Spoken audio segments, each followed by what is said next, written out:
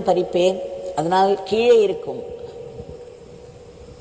அந்த கிளைகளில் உள்ள பூக்கள் எல்லாம் எடுத்தாயிற்று.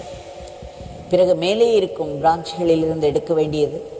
அதனால் ஒரு சமயம் நான் ஒரு உயர்ந்த ஸ்டூலை எடுத்துக்கொண்டு போய் போட்டு அதன் மேல் ஏறி பறிப்பேன்.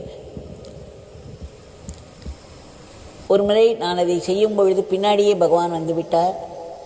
அவர் சொன்னார், தேவ்கி தேவ்கி பி கேர்ஃபுல், நீ அதை பறிக்கும் பொழுது உன்னை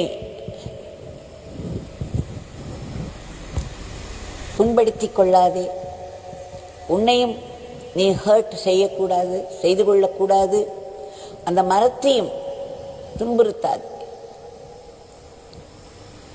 பார்த்து பறி என்றார்.